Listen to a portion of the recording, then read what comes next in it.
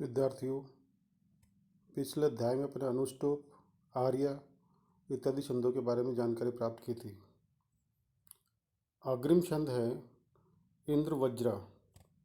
इंद्रवज्रा छंद का लक्षण है स्यात् इंद्रवज्रा यदि तौ जगौ गए, अर्थात यदि किसी व्रत के पहले चरण में तौ यानी दो तगण, जय मतलब एक जगण और गौ मतलब दो गुरु अंत में हो तो वह इंद्रवज्रा छंद कहलाता है।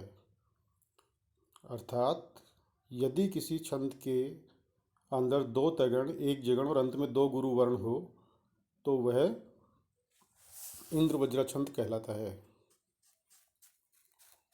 और कुल मिला के उसमें 11 वर्ण होते हैं। सबसे पहले उसमें आप वर्ण गिन के देख लीजिए। यदि 11 वर्ण हैं और उसमें एक तगण, तगण, जगण और अंत में दो गुरु आ रहे हैं तो समझ लीजिए उसमें इंद्रवज्रा छंद है। इसका उदाहरण है अर्थो ही कन्या परकीय एव तामद्य संप्रस्य परिग्रहीतु जातो ममायम विशद प्रकाम प्रत्यर्पित न्यासी अंतरात्मा। लगा के देख लीजिए। इसमें पहले जो दो अक्षर हैं वो लघु है, उनको आई के द्वारा प्रदर्शित करेंगे। अंतिम तीसरा जो है वो गुरु है, फिर दो गुरु एक लघु, फिर एक लघु दो गुरु, फिर अंत में दो गुरु। इस प्रकार से यहाँ पर इंद्रवज्रा छंद आता है। दूसरा इसका उदाहरण लोकोत्तम रंधैर्य महो प्रभावा। इसमें भी देख लीजिए आप तगण का ये जो शाद इंद्रवज्रा यदि तव जगह हुए लक्षण घटित हो रहा है और कुल मिला के इसमें 11 वर्ण है। अग्रिम व्रत है उपेंद्र वज्रा। उपेंद्र वज्रा जतजास ततौ गौ, अर्थात उपेंद्र 3, वज्रा 2 5, जयत 7, जात 9 और तौ गौ 11। इसमें भी 11 वर्ण होते हैं। अर्थात इंद्रवज्रा में और उपेंद्र वज्रा में दोनों में 11-11 वर्ण होते हैं। तो इसमें संशय ये हो जाता है दोनों में से कौन सा है। उस स्थिति में अपने को इसका लक्षण घटित करके देखना है। यहाँ लिखा है उपेंद्र वज्रा के प्रत्येक चरण में जगण, तगण, जगण तथा अंत में दो गुरु होते हैं। अर्थात प्रथम जो अपन ने उपेंद्र इंद्रवज्रा पढ़ा था उसमें एक जगण, दो तगण और एक जगण होता है, जबकि इसमें एक जगण, तगण, फिर जगण और अंत में दो गुरु होते हैं। तो इस प्रकार से इन दोनों में अपन भेद कर सकते हैं। उदाहरण देखिए इसका, नमोस्तु तस्मैसु रुषोत्तमाय। इसमें यदि मात्राएं लगाएंगे तो लघु गुरु लघु, गुरु गुरु लघु, लघु गुरु लघु और अंत में दो गुरु। इस प्रकार से इसमें 11 वर्ण होते हैं।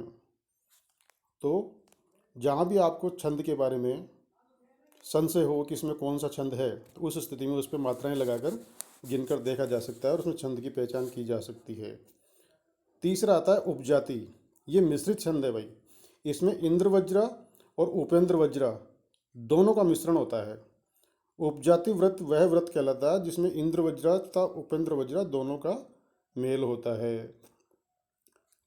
अर्थात अनंत रोदीरितम लक्ष्म भाजौ पादो यदि वा उपजातयस्तः, ये इसका लक्षण है। लक्षण में और उदाहरण में समान मात्राएं होती है। जैसी मात्राएं लक्षण में होती है वैसी की वैसी उदाहरण में ही होती है। तो इस प्रकार से यदि आप किसी छंद के अंदर मात्राएं लगा के देखेंगे तो उसमें छंद की पहचान की जा सकती है। इंद्रवज्रा की यदि बात करें तो इसमें देखिए उपेंद्र वज्रा और इंद्रवज्रा दोनों का मिश्रण होता है, लेकिन श्लोक के प्रथम चरण में उपेंद्र वज्रा के लक्षण मिलेंगे और दूसरा जो है उसमें इंद्रवज्रा के लक्षण मिलेंगे। अथ प्रजानाम अधिप प्रभाते जाया प्रतिग्राहित गंधमाल्यम, ये रघुवंशम का श्लोक है भाई। इसमें आप घटित करके देखिए, ये उपजाति छंद का लक्षण इसमें मिलेगा। चौथा है वंशस्थ। वंशस्थ का लक्षण है जतौ तु वंशस्थ मुदीरितम जरो, अर्थात वंशस्थ के प्रत्येक पाद में जगण, तगण, जगण और रगण रहते हैं। जगण लघु गुरु लघु, तगण गुरु गुरु लघु, जगण में लघु गुरु लघु और रगण में गुरु लघु गुरु। इस तरीके से उसमें मात्राएं होती है। उदाहरण के लिए देखिए, नृपापरा कांति भुजाम मही भुजाम। इस प्रकार से यदि इसका विच्छेद करके और अपन इसमें मात्राएं लगाएंगे तो वंशस्थ छंद का लक्षण गठित होता है। इसमें 12 मात्राएं होती है। अग्रिम छंद है द्रुत विलंबितम आह नभौ भरो, अर्थात जिस वृत्त में नभौ नगण और भगण भगण, इसी प्रकार भरौ और रगण होते हैं। अर्थात द्रुत विलंबित जो छंद होता है उसमें नगण भगण भगण और रगण होते हैं। प्रथम जो सूत्र अपन ने देखा था, ये माता राजवान शलगा, उसके हिसाब से नगण भगण भगण और रगण, इस तरीके से इसमें मात्राओं का विभाजन होता है। उदाहरण है इसका, उपकृतम बहुतत्र किम उच्यते। मात्राएं लगा के देखिए इसमें, प्रथम जो 3 अक्षर है उनमें लघु लघु और लघु, दूसरे 3 उनमें गुरु लघु लघु, फिर अग्रिम 3 है उनमें गुरु लघु लघु, और अंतिम जो 3 वर्ण है उनमें गुरु लघु और गुरु। इस तरीके से इसमें मात्राओं का विभाजन होता है। अग्रिम वृत्त देखिए, भुजंग प्रयात, भुजंग प्रयातम भवेद चतुर्भी, अर्थात भुजंग प्रयात छंद के प्रत्येक चरण में 4 यगण होते हैं।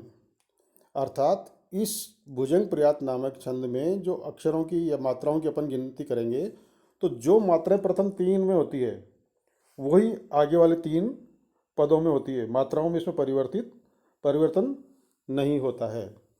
1 में यगण है तो आगे वाले 3 में भी यगण होगा। यगण को अपन प्रदर्शित करेंगे लघु गुरु गुरु। इसी प्रकार से तीनों आगे के पद हैं उनमें भी लघु गुरु गुरु, लघु गुरु गुरु, लघु गुरु गुरु, इस प्रकार से उसमें अपन मात्राओं को प्रदर्शित करेंगे। उदाहरण के लिए देखिए, पूरे साधुवत भांति मिथ्या विनीत है। इसमें यदि मात्राओं की अपन गिनती करेंगे तो लघु गुरु गुरु, लघु गुरु गुरु, लघु गुरु गुरु, लघु गुरु गुरु, इस तरीके से इसमें मात्राओं का विभाजन होता है। अग्रिम वृत्त है वसंत तिलका। वसंत तिलका के लिए कहा गया है, उक्ता वसंत तिलका तबझा जगौगे। वसंत तिलका छंद उसे कहते हैं जिसके प्रत्येक चरण में तगण भगण जगण जगण और अंत में 2 गुरु होते हैं। इसका उदाहरण देखिए, अभिज्ञान शाकुंतलम के प्रथम अंक में राजा जब हिरण का पीछा करता है तो विदूषक रथ को चलाते हुए रथ के घोड़ों का वर्णन करते हुए कहता है,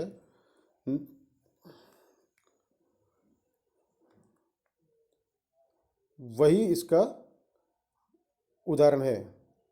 अन्य जो उदाहरण यदि अपन बात करते हैं तो न्यायात पथ प्रविचलंती पदम न धीरा, अर्थात न्याय का जो पथ होता है उससे धैर्यशाली पुरुष कभी भी विचलित नहीं होते हैं। कौन है? अरे यार, डिस्टर्ब कर दिया ना बीच में, इसको वीडियो बना रहा था मैं।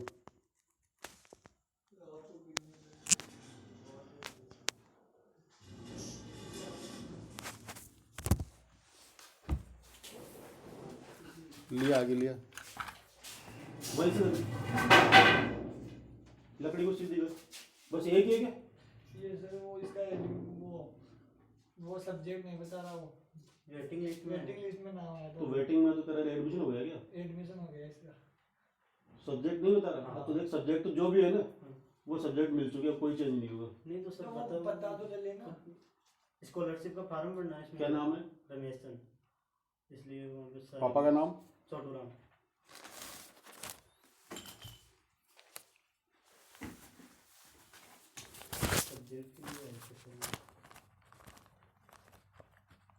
रमेश चंद छोटू राम, ऐसा लिस्ट में फोटोकॉपी करने के लिए देख के आया हूँ अभी।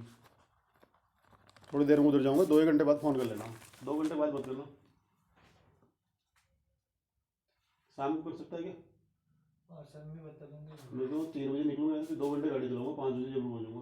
हाँ, वो इंसान है ना, इंसान वो बता दूंगा। ये वो नहीं, तो फ़ोन कर लेना डायरेक्ट, सब्जेक्ट क्या है वो मैं देख के बता दूंगा। नंबर 9413। सर मेरे साथ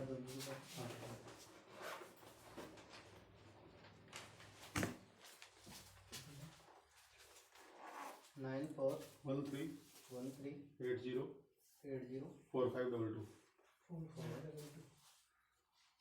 ठीक है सर, मैं बात